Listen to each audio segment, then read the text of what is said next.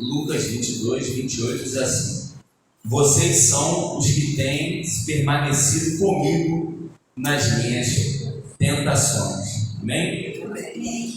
Pode se assentar. Vamos para essa breve reflexão. Como foi orado aqui, né? Nós estamos com o nosso coração aberto para esta palavra. Interessante é que esse episódio é referente à ceia, aquela última ceia, antes de Jesus se entregar para ser crucificado, para poder pagar o preço dos nossos pecados.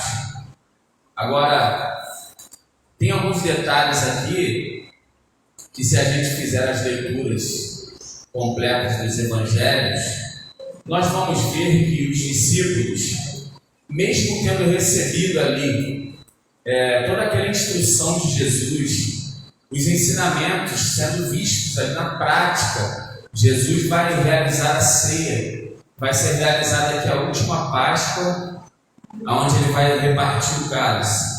E na sequência ele vai aplicar a ceia, dizendo que é da nova aliança, onde vai se partir o pão e aonde tem um novo cálice que ele vai distribuir, dizendo no verso 20 de Lucas 22: este é o cálice da nova aliança no meu sangue, derramado em favor de vocês. E aí ele vai dizer que tem um traidor no meio dos discípulos, que nós sabemos que é Judas Iscariote, mas na verdade nós vamos ver que todos os discípulos, eles de alguma forma se debandaram, eles não ficaram quando Jesus ali no jardim foi preso, se entregou voluntariamente. Se a gente fizer uma leitura ampla, Pedro vai dizer que não sairia e morreria se fosse preciso por Jesus. E o texto bíblico vai dizer que todos os discípulos falaram isso, não só Pedro. Então, na verdade, todos eles disseram: olha, nós vamos contigo até o final, nós damos a nossa vida por ti se for preciso. Só que quando Jesus foi capturado, na verdade se entregou, o que a gente vai ver? Pedro vai negá-lo, os outros discípulos também com medo vão correr, vão fugir. João também tem seu momento de se resguardar, mas lá na frente nós vemos que ele, junto com as mulheres, com Maria, mãe de Jesus, e as outras que acompanhavam, estava ali aos pés da cruz. Mas o interessante é que mesmo na presença de Jesus, na mesa da ceia de Jesus, aonde Jesus está mostrando que aquele pão é o seu corpo, e aquele cálice, né, aquele derramamento é o seu sangue, e tudo aquilo que simbolizava, ainda assim há uma discussão que se levanta, porque Jesus, ele vai dizer assim, um dentre vós é um traidor, e cada um fica triste ali perguntando: será que sou eu, Senhor? Será que sou eu? E o texto vai dizer que Judas fala: por acaso sou eu? E Jesus vai dizer: tu disseste. Essa discussão começa a acontecer, um indagando o outro, mas eles levantam uma outra discussão em meio a isso, começam a perguntar entre si ou dizer: quem dentre nós parece ser o maior, o grande líder aqui? Se ele morrer de fato e for embora, quem aqui assumiria? Eles emendam uma outra discussão. Você vê, são discípulos, estão na presença de Jesus, estão na mesa do Senhor, aprendendo todo aquele significado de um sangue que seria derramado por eles, de uma nova aliança. Jesus faz menção de uma boda ou de uma mesa eterna depois dessa daqui, e que os discípulos também vão participar dela aqui na terra, vivendo segundo Jesus e seu amor, e que depois iriam viver isso no reino dos céus, literalmente. Mas mesmo assim, como homens falhos, pecadores, eles começam a discutir entre si e começam a brigar, e a discussão é para saber quem é o principal, quem dentre nós é o maior. Mas Jesus, ele vai dizer no verso 25 de Lucas 22: os reis dos povos dominam sobre eles, e os que exercem autoridade são chamados benfeitores. Mas vocês não são assim. Pelo contrário, o maior entre vocês seja como o menor, e aquele que dirige, ou que preside, ou que lidera, seja como aquele que serve. Pois qual é maior? Quem está à mesa sendo servido, ou aquele que é o doméstico, que está servindo?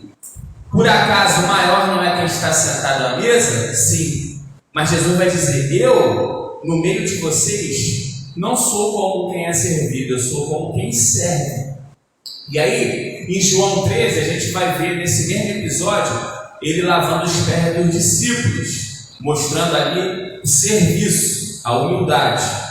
Pois qual é maior? Quem está à mesa ou quem serve? Ele vai dizer: eu sou como quem serve vocês. Mesmo eu sendo mestre e senhor, como vocês dizem, e de fato eu sou, mas se eu faço isso por vocês, ele vai dizer: quanto mais vocês devem fazer isso uns pelos outros. Aí a gente chega no verso 28, que foi o texto base. Olha o que Jesus está dizendo em meio a essa situação. O cenário ali é algo triste. Por quê? Imagina a gente, estamos aqui na presença de Jesus, na mesa do Senhor, na comunhão do Senhor, Jesus mostrando coisas maravilhosas, sobrenaturais, ensinando coisas profundas do reino de Deus. Mas os discípulos entram por uma via totalmente contrária, brigando entre si. Por quê? Porque são falhos. Mesmo diante de coisa tão sublime, eles conseguem ter um coração que se perde e começam a discutir por coisas que são mesquinhas e que não deveria caber em nenhum momento entre servos de Deus. Só que Jesus, ele não deixa de ensinar o correto. Ele mostra que o reino dele não é para se comparar com os poderes desse mundo. Ele vai dizer: quem age assim são os governantes desta terra. Os reis dos povos dominam sobre seus povos. Eles exercem domínio e controle. As autoridades dessa terra são uma coisa.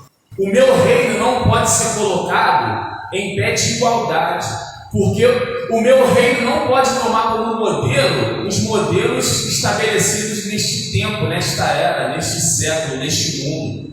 Um modelo imperial que domina e escraviza, um reinado opressor. Vocês não, vocês são servos uns dos outros, ainda que vai ter ali autoridades diferentes, funções mais à frente, quando a igreja vira propriamente uma instituição local. A gente vê nas cartas as vocações, os chamados, as organizações, mas Jesus ele faz distinção. Ele está mostrando que o reino dele é que tem que ser o exemplo a ser tomado. E se o mundo não quiser tomar como modelo o seu exemplo, não é o reino de Deus que vai ter que tomar o modelo do mundo como o seu agora modo de viver. Não, mas os discípulos precisam manter essa essência. Mas olha que coisa linda.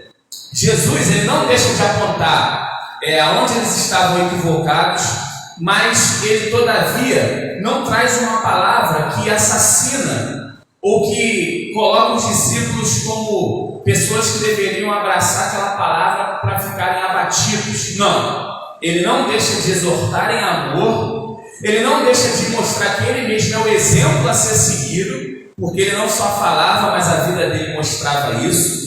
Mas na sequência ele podia continuar dizendo: não é possível, vocês estão na minha presença, eu ensino esse tempo todo, eu estou mostrando para vocês algo sublime que representa meu sacrifício, minha ressurreição e a vida eterna, e vocês estão discutindo entre vocês coisas carnais. Ele ensina em amor, corrige com a sua própria vida e palavras, mostra o que é certo. E nesse verso 28, veja como Jesus dá continuidade na exortação. Vocês são aqueles que têm permanecido comigo nas minhas tentações. Veja como é que o nosso Deus nos trata, mesmo a gente merecendo um tratamento totalmente contrário. O tratamento que nós, pecadores, mereceríamos seria um tratamento de desprezo. Deus, aqui Jesus já deveria estar cansado de tanto ver os discípulos errarem, falharem, serem incrédulos muitas vezes, e num momento tão sublime que estava antecedendo a crucificação, eles ainda estão mostrando que não entenderam nada, estão com a visão totalmente equivocada, mas Jesus mostra para eles que o amor dele é incondicional. Ele podia dizer assim: ó, vocês são pessoas que não têm jeito, vocês são discípulos que não se consertam nunca, mesmo no momento onde vocês deveriam se quebrantar e entender tudo isso, vocês não conseguem, eu desisto. Não, ele vai dizer: com tudo isso, aprendam, mas eu quero dizer para vocês que vocês são aqueles que têm permanecido comigo nos momentos mais difíceis. Veja como isso é sublime. Jesus podia pegar o nosso momento presente, nossas falhas, nossas incertezas, nossas carnalidades, nos dar uma palavra dura, repreender e desistir de nós. Não, ele nos corrige, mostra o seu amor, não traz uma palavra que é para nos entristecer, para que a gente se perca, porque o diabo é que trabalha de uma maneira a qual ele vai trazer a acusação para que a gente fique triste e se perca. Mas Jesus, ele traz a correção em amor para que a gente, dando ouvidos e vendo nele o próprio exemplo de misericórdia, aprenda com aquilo para que a gente se levante e continue e olhando para ele dizendo assim: tu tinha tudo para desistir de mim, não deixou de me corrigir, de ser o próprio exemplo, e ainda está aqui dizendo para a gente que a vida continua e que a gente tem que pegar tudo isso e aprender para melhorar. E ele ainda vai dizer assim, que é incrível, ele muda tudo dizendo: eu sei quem vocês não são só esse momento aqui, esse erro de agora, e nem todos os erros que já cometeram até aqui, eu também tenho boa memória. Eu lembro das coisas positivas. Vocês são aqueles que têm estado junto comigo nas minhas tentações. Jesus está dizendo: o presente de vocês agora é algo negativo. Vocês estão agindo carnalmente, mas eu os amo e estou ensinando e dando nova chance e fazendo vocês lembrarem que eu não sou injusto e nem ingrato. Nesses 3 anos que vocês têm andado comigo e aprendido de mim, vocês não só erraram bastante sim. Por isso que precisaram ser chamados por mim e andarem junto a mim para aprenderem de mim. E nesse trajeto eu nunca desisti de vocês. Em coisas óbvias vocês não creram. Vocês erraram, repetiram erros, blasfemaram e fizeram um montão de coisa. Mas vocês não estão aqui até hoje. E eu não estou com vocês. E eu também não lembro só disso. Vocês também não têm que só lembrar do erro ou ficar preso nesse erro de agora ou nessa fase. Eu mesmo, Jesus, estou dizendo a vocês que vocês, mesmo sendo falhos e pequeninos, são escolhidos por mim. E eu sei que eu escolhi. E sei que vocês têm capacidade de aprender. E mesmo tropeçando, toda vez que vocês erraram e continuam errando, vocês não podem desistir. Porque eu mesmo não desisto de vocês. E olha tudo que vocês já viveram até aqui. O quanto vocês já aprenderam, mas como continuam precisando aprender. Mas olha também que coisa linda. Vocês são aqueles que nesses 3 anos e meio não só erraram e me entristeceram, mas me alegraram, aprenderam e são aqueles que têm estado comigo nos meus piores momentos. Olha o que Deus fez questão de enfatizar. No momento onde era para ele dizer: desisto de vocês, vocês não aprendem nem comigo, o próprio Deus aqui, simbolizando o meu sacrifício, vocês continuam com a visão pequena, mas eu faço questão de mostrar para vocês que vocês podem e devem continuar tentando, não segundo os modelos dessa terra, mas olhando para mim mesmo, porque o maior é que está à mesa sendo servido, mas eu no meio de vocês sou como quem serve. Eu agora poderia agir com todo juízo, julgamento e abandono, mas eu aqui estou decidindo pela misericórdia mais uma vez. Vocês são aqueles que têm permanecido comigo nas minhas tentações. É isso que Jesus faz. Ele diz para a gente no momento presente: olhe para o seu presente. Você erra, mas você não pode se acostumar com o erro ou gostar do erro. Porque o meu Espírito e a minha palavra te ensina, te esclarece não para te abater, mas para te levantar. E com tudo isso também te faço lembrar do seu passado, não dos seus erros, mas das coisas boas que te trouxeram até aqui na minha presença. E também para enfatizar que vocês são importantes, porque nas minhas tentações vocês estavam junto comigo, mesmo eu sendo o Senhor e Mestre. Então vocês precisam estar fortes e unidos para que nas tentações e fraquezas uns dos outros vocês permaneçam uns com os outros.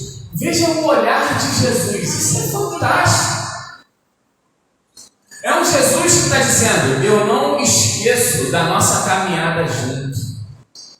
E a minha ênfase não é onde você errou, porque aonde você errou eu te ilumino para você enxergar, não para você fingir que não aconteceu ou ignorar. Eu te ilumino para que você enxergue, mas não enxergue negativamente, enxergue para quem vai olhar para tudo aquilo como aprendizado e evolução e continuidade. E faço você lembrar que você para mim é importante, que nesses 3 anos andando com vocês, não fui só eu que fui importante para você, mas vocês foram importantes para mim. Mesmo eu sendo quem escolheu vocês, mesmo sendo eu Deus, vocês meus discípulos, e eu sabendo de todas as suas falhas, mesmo assim escolhi. E agora, ele também vai dizer daqui para frente, ó, assim como meu pai me confiou um reino, eu também confio esse reino a vocês. Ele está dizendo, o presente agora é negativo, mas eu ensino em amor e faço vocês enxergarem para aprender. Lembro do passado positivo de vocês, em que vocês permaneceram comigo nos meus piores momentos. Sei que vocês vão errar daqui para frente também, porque logo os meus malfeitores vão me prender, vocês vão me abandonar, mesmo dizendo que não vão. Mas eu já estou dizendo antes disso que assim como meu pai me confiou o reino dele, esse mesmo reino que me pertence, eu confio ele a vocês. Cara, que Senhor é esse? Que Deus é esse? Ele está dizendo assim: o seu presente, que é o único momento que você tem, pode estar como está. Você pode estar vivendo o que estiver vivendo. Eu sou luz para te alertar e para te trazer a realidade. Eu não sou aquele que esmaga a cana que já está quebrada. E não sou aquele que apaga o fogo que já está quase se apagando da palha, do pavio. Eu sou aquele que restaura a cana quebrada e sopro com o meu espírito para fazer esse fogo que ia se apagar, na verdade, se alastrar. Que interessante. E eu também, já sabendo que vocês vão errar mesmo daqui para frente, eu sei quem vocês são. Vocês não são esse momento agora de erro, não são só os erros que já cometeram, mas estou fazendo vocês lembrarem as coisas boas e que inclusive estiveram comigo nos piores momentos. Já sei que vocês vão me negar e vão fugir, mesmo dizendo que vão dar a vida por mim, mas mesmo assim, eu sou aquele que confio o meu reino a vocês. Da mesma forma, assim como ele está dizendo, o Pai, quando me enviou à terra, sabia que eu nunca ia pecar. Então ele podia confiar o reino a mim, porque eu jamais pecaria. Diferente de vocês, meus discípulos, que são pecadores e que mesmo vivendo na minha presença pecam diante de mim. Mas mesmo assim, da mesma forma que o Pai confiou o reino a mim, que jamais pecaria, eu confio esse reino a vocês, mesmo sabendo de todos os seus pecados e sabendo que vocês ainda vão pecar depois disso que eu estou dizendo. Mesmo já vendo que vocês vão pecar para frente, não é só para trás. Do mesmo modo, com a mesma intensidade, com a mesma confiança, com o mesmo coração e intenção que o meu Pai confiou o reino a mim, é dessa mesma maneira que eu confio esse reino a vocês. Não tem nada que se compare a esse amor, a esse olhar de um Deus que confia em nós, seres totalmente dignos de desconfiança. seres totalmente dignos de confiança alguma, pois nós somos capazes de trairmos uns aos outros, e Deus, já sabendo de tudo, Ele diz: eu sei, Pedro, que tu vai me negar 3 vezes, eu sei que cada um vai se dispersar por um lado, mas eu também sei que depois que eu derramar o meu Espírito, e que esse meu Espírito encher a vida de vocês, eu também sei que depois que eu ressuscitar, eu também sei quantos bons frutos vocês ainda vão dar em meu nome.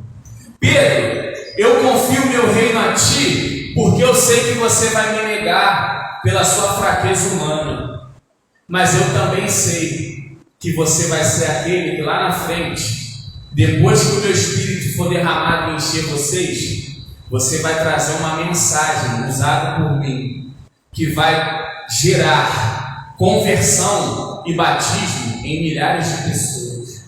Pedro, eu sei que você é aquele que vai me dizer não, que vai me negar, que vai ser contraditório e continuar pecando. João, você peca e também vai pecar mais à frente. Tiago, André, todos. Mas eu sei também que depois que eu ressuscitar, já tendo levado os pecados de vocês pelo meu sangue derramado, e reaparecer, e ensinar, e passar mais um tempo com vocês na terra, mesmo com vocês tendo ali momentos de incredulidade, vocês não vão acreditar que eu vou ressuscitar. E quando a notícia chegar, vocês também vão continuar incrédulos de que eu ressuscitei. Mas eu sei que eu vou aparecer no meio de vocês. Vai ter gente que vai querer tocar, porque não vai querer só de ver. E aí depois vai ter gente que vai querer voltar a pescar de novo. Mas eu vou aparecer lá na praia, Pedro, de novo. Vou mostrar para vocês que eu não desisto. Vou me revelar a vocês.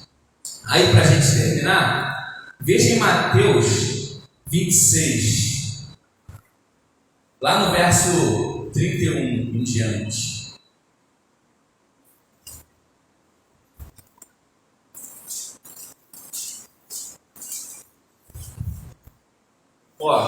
Nesse mesmo contexto da ceia, Mateus 26, 31. Então Jesus lhes disse: esta noite todos vocês vão se escandalizar comigo, porque está escrito: ferirei o pastor e as ovelhas do rebanho ficarão dispersas. Verso 32. Mas, ou seja, porém, depois da minha ressurreição, eu irei adiante de vocês para a Galiléia. Sabe o que Jesus está dizendo?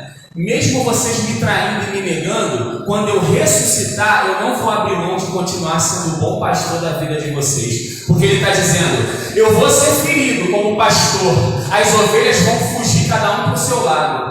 Mas quando eu ressuscitar, eu vou reaparecer e vou adiante de vós. Porque é isso que o pastor faz, ele vai adiante das ovelhas. Em outras palavras, eu vou aparecer, vou mostrar para vocês que eu não desisto e não abro mão de continuar sendo o pastor das vossas vidas. Vou trazer vocês de volta para virem para o rebanho e vocês vão andar após mim. Eu irei adiante de vós, porque se eu deixar pela conta de vocês, vocês não vão vir após mim, porque vocês vão fugir sempre, vão querer desistir, vão ter a acusação, caramba, como Judas, que se precipitou e acabou tirando a vida, mas ele receberia o mesmo perdão.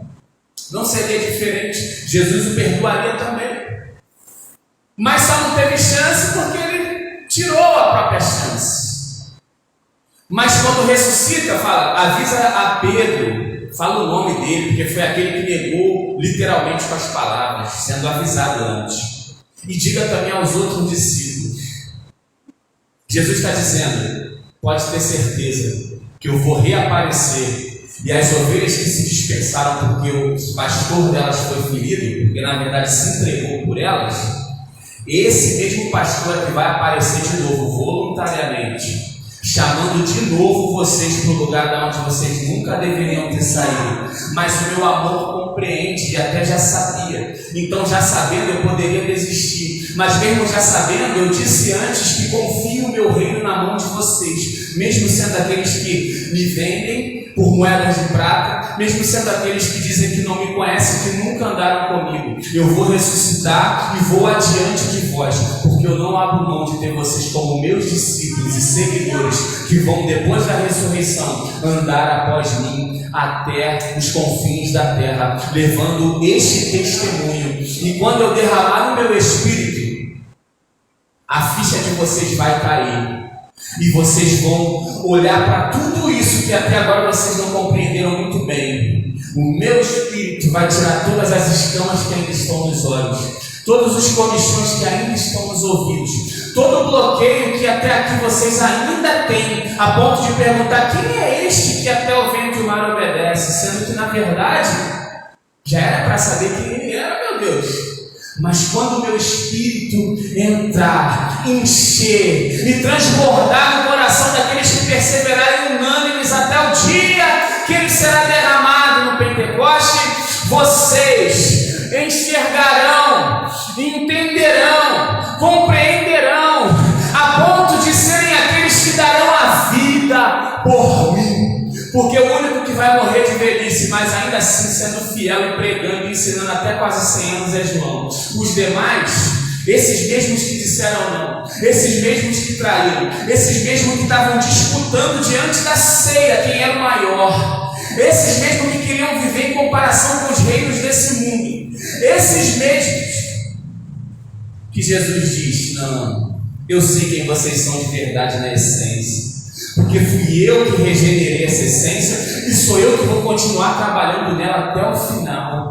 A essência natural é caída e pecaminosa, é de traidor, é de fujão, é de quem nega. Mas a essência que eu coloquei aí, ela vai ser trabalhada, porque eu não vou desistir de continuar sendo o bom pastor da vida de vocês. O meu Espírito vai lavar, a minha palavra vai limpar, o meu sangue vai regenerar, a ponto de eu confiar em vocês nesse reino. Sério? Sério?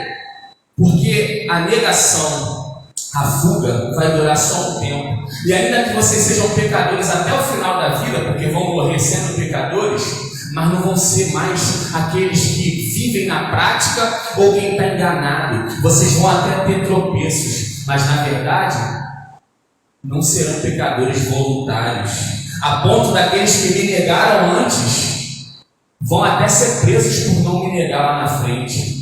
Aí vai o mesmo Pedro, preso por pregar a palavra. Aí quando levam ele, o anjo tira e vão achar ele lá no templo pregando de novo, vão levar ele diante das autoridades e vão querer obrigar a negar. Ele vai dizer: sejam todos mentirosos, menos Deus. Se eu tiver que obedecer a um ou a outro, eu obedeço a Deus e não aos homens.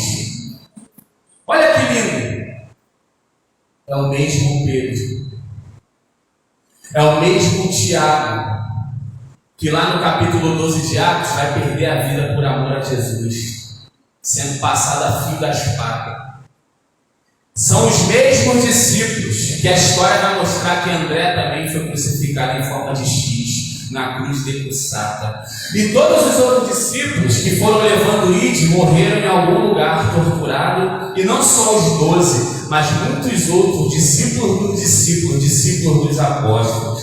Jesus está dizendo: eu vou restaurar de tal ponto que aquele que me negava, na verdade, vai estar disposto a morrer e nunca mais vai me negar. Eu vou transformar de tal ponto que aqueles que fugiram vão ser tão cheios de mim, ressurreto, que na verdade a perseguição vai chegar e eles não vão fugir. Eles vão pregar nos piores lugares, vão ser espalhados alguns para outros para levar essa mensagem, mas não vão arredar o pé, a ponto de que se botarem uma espada na garganta, eles vão dizer: pode cortar meu pescoço, pode tirar minha cabeça, como fizeram com João Batista, porque eu sei que a coroa da vida me está reservada nos céus.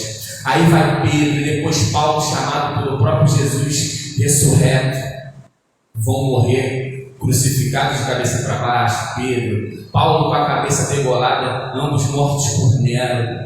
E para terminar essa palavra, em Lucas 22, 29, ele vai dizer: do mesmo modo que meu pai me confiou o reino, eu também confio a vocês. Verso 30, para que vocês comam e bebam a minha mesa no meu reino. Ele está dizendo: a mesa continua sendo minha e o reino também. e eu confio ele a vocês. Se vocês viverem nessa terra como quem vive essa mesa e esse reino, já aí, sendo alimentado pelo reino espiritual que está dentro de vocês, lá na frente vai valer a pena, independente do que vocês passem e de como vocês morram, porque vocês, ao fecharem os olhos aí, abrirão diante da verdadeira e grande mesa das bodas do Cordeiro, aonde eu vou voltar a cear com vocês, porque ele disse na ceia: até que o reino se consuma, eu não voltarei mais a beber do fruto da vide, só vou tomar ele de volta com vocês quando se cumprir no reino dos céus. Ele está dizendo: da mesma forma que eu derramei o meu sangue por vocês, vocês vão derramar pelos outros. Porque a continuidade dessa obra vai ser pelo meio do derramamento do sangue de vocês, que só tem sentido porque eu derramei o meu sangue por toda a humanidade, a ponto de vocês serem tão transformados, quando olharem para trás não vão nem acreditar. Como é que eu fui capaz de fazer tudo aquilo? Mas bendito seja o meu Senhor, que não abriu mão de mim, me confiou a chave do reino dos céus, disse que as portas do inferno não prevalecerão, e agora nós estamos aqui conscientes, cheios do seu Espírito, sendo aqueles que estão propagando essa mesa por todos os lugares e cada vez mais trazendo vidas para se assentar também nessa mesa, comer desse pão, beber desse cálice. É assim. E daqui a pouco a gente vai estar literalmente nessa mesa celestial. Tudo que a gente sofreu aqui, e apanharam, e foram açoitados, e foram chicoteados, presos, algemados, torturados, decapitados. Mas por causa disso, dessa perseverança, 2000 anos depois, nós estamos aqui anunciando uma mensagem, anunciando esse reino, desse mesmo Cristo que é vivo pelo Espírito Santo, com o mesmo amor, com o mesmo olhar, dizendo: eu sei quem você é, porque fui eu que te escolhi, e ainda que a tua natureza carnal esteja aí, eu coloquei em você o meu Espírito. Eu tenho paciência contigo. Só te peço uma coisa: se eu que sou o Senhor e Mestre ajo assim com vocês, por favor, compreenderam o que isso significa? Sejam também assim uns para com os outros e com quantos forem. Se eu agi com misericórdia e valorizei as coisas boas, não ignorando as ruins, mas pela palavra iluminando a vocês para que, aprendendo com o erro, melhorassem, assim vocês têm que ser, permanecer uns com os outros nos piores momentos, também se alegrar com os que se alegram, chorando com os que choram, não desistindo de fazerem parte dessa mesa, porque é o mesmo Espírito, o mesmo Senhor, a mesma palavra, o mesmo propósito, a mesma mesa, o mesmo reino. E ele vai dizer: vocês se assentaram em tronos para julgar as 12 tribos de Israel. E assim a gente termina aqui. Ele está dizendo: vocês vão passar a representar a graça, que é maior do que a lei que as 12 tribos vêm vivendo. E quem já vive a graça aqui, pela autoridade do amor, com o mesmo amor que eu trato vocês, perdão e misericórdia, esse é o poder que eu vos confio, esse é o reino que eu vos confio, o reino do amor, da misericórdia, que é maior do que o juízo e o julgamento, triunfa sobre o juízo. É assim que vocês vão se assentar nos tronos. A graça é maior do que a lei, a misericórdia é maior que a condenação, e se vocês experimentarem isso de mim, é isso que vocês vão ter que fazer através da vida de vocês, o mundo também experimentar. Toda vez que você vê que alguém era digno de ser um martelo batido, lembre que o primeiro a ter o martelo batido era para ser você, mas eu te absolvi. Então, se esse sangue entrou na sua vida, se o meu Espírito te revelou e agora te habita, você será um agente do reino, você será transbordante de amor, com o mesmo amor que Cristo Jesus amou, ame uns aos outros. Você será alguém que prepara a mesa até na presença dos inimigos, e o cálice que derrama do Senhor sobre a tua cabeça, de ti derrama pela mesa, desce pela barba de Arão, pelas vestes, e atinge não só o sacerdócio, é do sacerdócio para o povo, é do povo para o mundo, um banho de graça. E assim lá nos céus, quando eu voltar com vocês glorificado após as bodas, vocês também vão julgar as nações comigo. Mas enquanto estão vivos aí, os tronos que eu coloquei em vocês, é o trono do amor, é o trono da graça e da misericórdia, vão pelo mundo propagando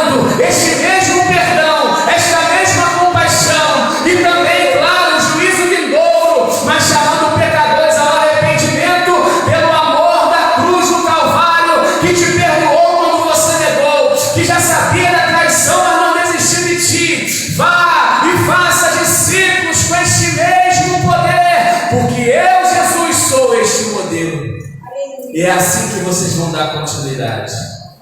Porque esse é o amor que não desiste. Obrigado, Jesus. Obrigado, Senhor. Obrigado, Senhor. Obrigado pela consciência do Evangelho.